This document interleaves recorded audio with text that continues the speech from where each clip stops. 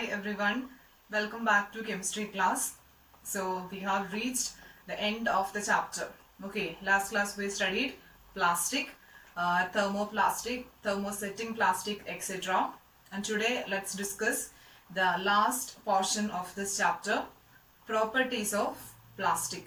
So whenever we want to store something, especially in our home, that is in kitchen or wherever, we'll prefer always a plastic container than a metal container, is it?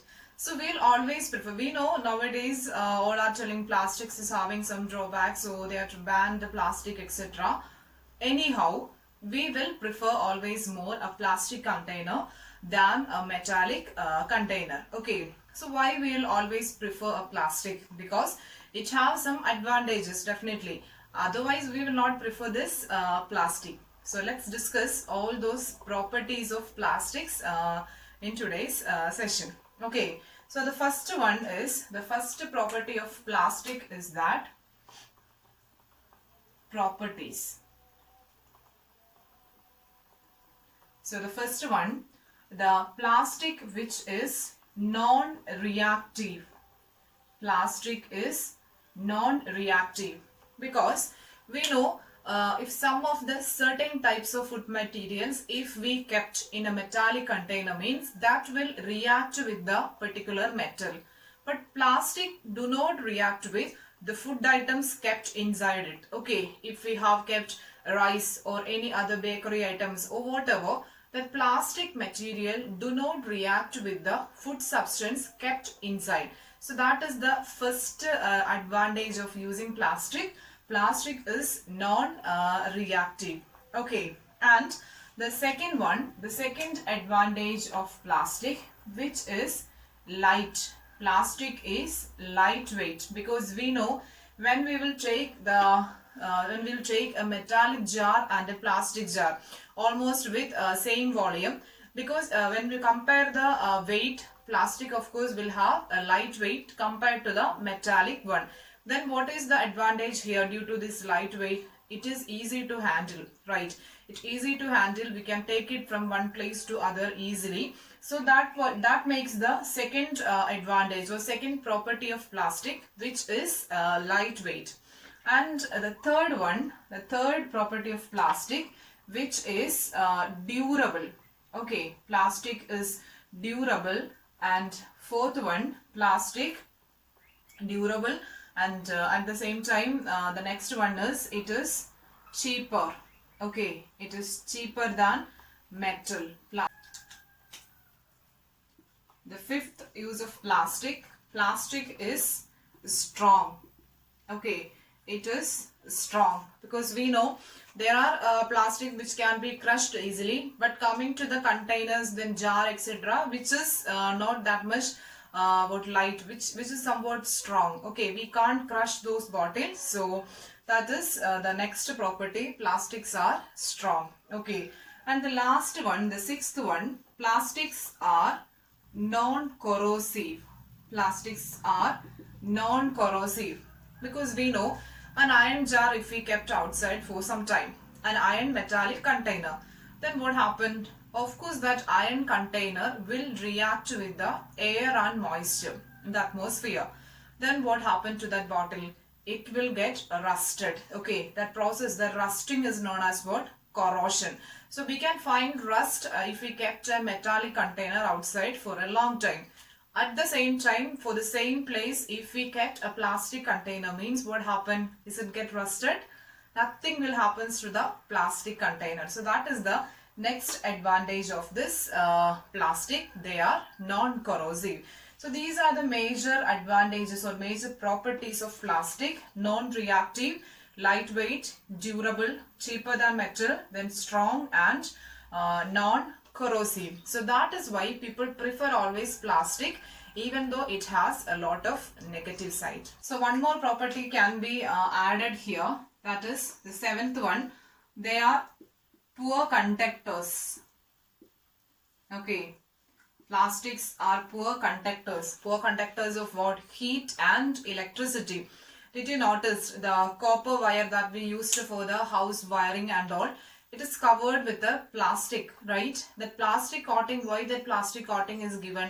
Inside that one we can find the fine copper wires, because plastic is not a conductor.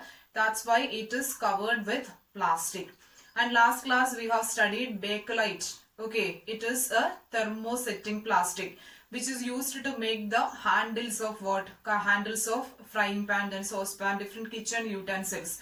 Why it prefers? Because it resists the heat. It is a poor conductor of heat. So generally we can say plastic is a poor conductor of heat as well as electricity. That is also another important property of plastic. Again, one more thing, already we have discussed plastic is non-reactive. Okay, so just consider the case of curd. Okay, the curd, for storing this curd or other substance which have a sour taste with or tamarind, so we will not prefer a metallic jar. For the such kinds of storing such kind of material, curd or tamarind, we will not prefer what? We will not prefer a metallic container. Why we will not prefer metallic container? Because that substance, because definitely which is sour in taste, so what happened? It contains an acid. So that acid will react with the metal. So what happened? We will not store the substance which have sour taste. Always we will prefer either a plastic container or a glass container other than metal. So metal will react, but this plastic that will not react with this curd or whatever sour substance. So that point also just remember. So let's move to the next session, that is uses of plastic. We know there are several uses we can count for plastic, right? Just observe our home itself. We can find many examples. Okay, so let's find some more examples from other areas apart from our home. Okay, so the first use is healthcare industry. Healthcare industry. In short, we can say medical industry or medical field. So in this healthcare industry, what all things are made up of this plastic? Okay, for example, we can say the tablets. So just imagine the how the tablets is preparing, and after that how it get packaged. The packaging of tablets. For the packaging of tablets, what we will use? Plastic, right? Just observe the tablets that we purchased from the medical shop. It is packed in plastic covers, right? And the gloves, the medical industry, we know the doctors, nurses and everybody is using that gloves. That also made up of what? Plastic. Then next is syringe, of course, a plastic. Then next one, that thread means used for stitching the wound and all. Okay, for stitching that wound, they'll use a special type of thread that also made up of what? Plastic. Then different surgical instruments and their handles and the costly some other apparatus are there. So all those substances, at least for the coating, they'll prefer which substance? Plastic. So the first application of plastic is in healthcare industry for number of different substances. Okay, and the second use of this plastic, a special type of plastic known as Teflon. Teflon is a special type of plastic which is used in non-stick cookwares,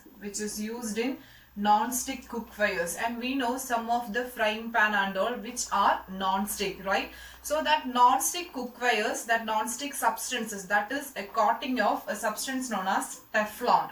And this Teflon is a special type of plastic. Okay, Teflon, it doesn't get melt, right? It does not melt when we will heat that pan. So it is a special type of plastic, this Teflon, used for the coating of non-stick cookwares. Then again another special type of plastic cookwares can be used in microwave ovens. We know microwave ovens, a special type of cookwares can be used, and that also can be made with plastic. Again we can count different uses for plastic, and one more, that is the fireproof plastic. The third one is fireproof proof plastic.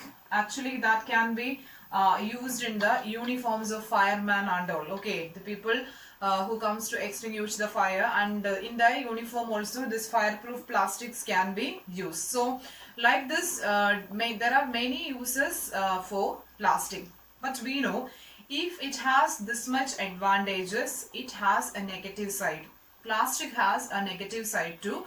So along with these positives, let's move to the negative aspects of plastic. Next is the negative aspect of plastic. So the first one, the negative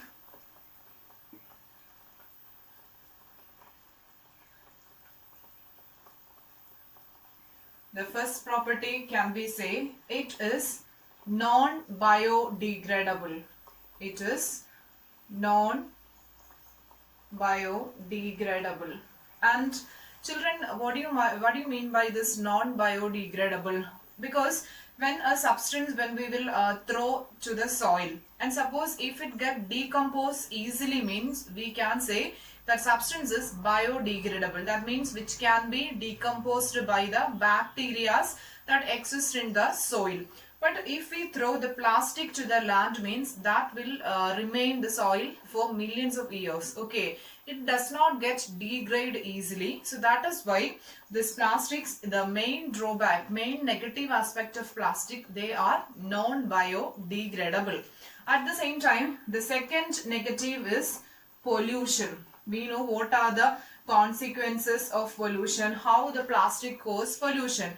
So the first reason already I told you, plastic is non-biodegradable.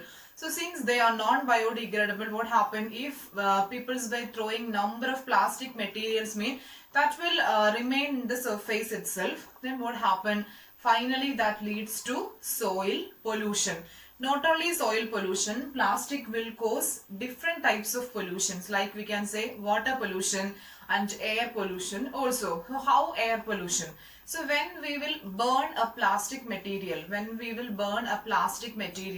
the toxic gases get released into the atmosphere. Like different hydrocarbons, then carbon dioxide, then oxides of nitrogen, sulfur, etc. All these harmful oxides, harmful gases get released to the atmosphere, and that also harmfully affect the human being as well as the animals. Okay, and at the same time water pollution also, it affect the aquatic water body and the soil also. That means this plastic actually cause different types of pollution. So that is the major drawback of this plastic. Then how can we overcome these issues? How can we overcome these issues that produced by plastic? And for that we will follow a 4R principle. Okay, so in order to overcome the negative side of plastic, we have to follow the 4R principle that we should do. So let's see what is this 4R principle.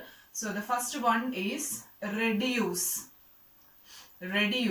Then second one is reuse. Then recycle, and the fourth one is recover. So these are the 4 principles: reduce, reuse, recycle, and recover. So the only way to minimize the pollution caused by plastic is recycling. Of course, we have studied thermoplastic can be recycled, right? So like how much can be recycled the plastic? So that leads to the to a certain extent it can reduce the extent of this plastic pollution. So students, that's all about today. So already I told you in the beginning itself, we have reached the end of chapter. So with this last concept, with this plastic, the properties of plastic, we can wind up this chapter. The first chapter, synthetic fibers and plastic, can be wind up with this session. Okay, anyhow the chapter is completed, but we have works, the NCERT exercise as well as the questions, notes, etc. and that can be done in the coming classes. Okay, so see you in the next class, and thank you for watching.